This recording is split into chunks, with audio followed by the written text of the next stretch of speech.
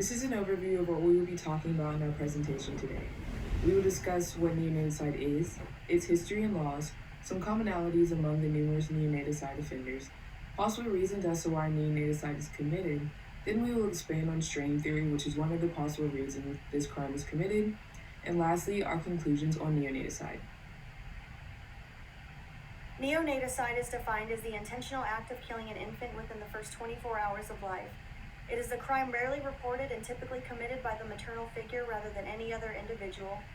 This phenomenon seems to parallel with certain cultural and social factors such as age, ethnicity, and socioeconomic status. The CDC, or Center for Disease Control and Prevention, estimate that the homicide rate within the infant's first day of life was 10 times greater than the rate during any other time of life. Some history and laws pertaining to neonaticide. In the 1600s, the English created the 1642 Concealment Act. This act was used as a way to punish women who murdered their newborns. These women killed their newborns because often the baby was illegitimate. This would bring the women and their families great shame and humiliation. Through this law, the perpetrators were forced to go to trial if their newborn was found. During the trial, women would have to provide adequate evidence that they did not actually kill the baby, but instead the baby was born dead. Adequate evidence would typically be a witness to the baby being stillborn, but that was extremely uncommon since neonaticide is usually a crime committed by one person. If the perpetrator was still found guilty after providing evidence, she would then be sentenced to death. However, in 1922, the law was changed from having the offender be punished to death to being forced to go to counseling and being charged with manslaughter instead. In the United States, a law that helps prevent neonaticide is the Safe Haven Law. This law gives citizens the ability to relinquish their baby to a secure place with no questions asked. It was originally created due to the numerous infant neglect concerns going on throughout the U.S. The creation of this law has helped prevent abandonment, prevent neonaticide, and keep infants out of the possible unhealthy conditions they could be brought into. Offenders of neonaticide commonalities in psychology. The maternal figure is typically the offender. They are usually unmarried. They range in age from teens to early to mid-20s. These mothers express having no indication of knowing they were pregnant or deny they ever were. Predispositional factors include negative social experiences such as sexual abuse and trauma, poverty, and unsupportive or abusive parents or significant others. Offenders commonly have symptoms of depression, suicidal thoughts, and are currently frightened or distressed.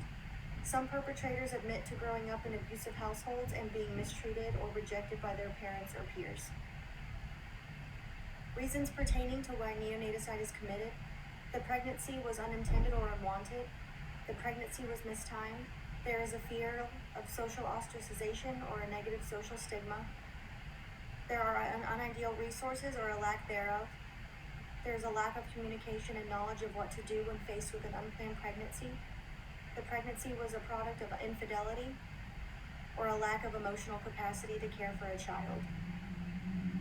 Strain theory is a big reason as to why neonaticide may be committed. This theory was created by Robert Agnew in 1992, and the basis of the theory is that there are three main sources of strain in life. These sources are losing something valuable, being poorly treated, and/or the inability to achieve goals. When compared to males, females are prone to more strain throughout their lives. This is because females are held to higher standards by society than males typically are.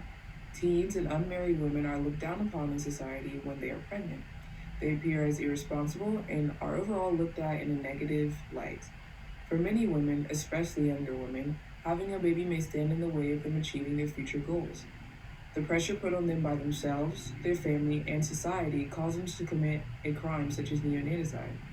A quote from one of our sources, Jocelyn Lewis, states, "By ridding themselves of the baby, these young females free themselves from the actualized strain and stress of failing to achieve positively valued goals, losing positive stimuli and gaining negative stimuli."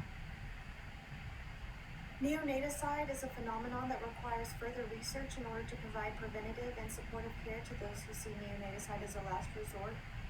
It is imperative to understand the impact regarding sexuality norms and deconstruct those normative expectations regarding female sexuality.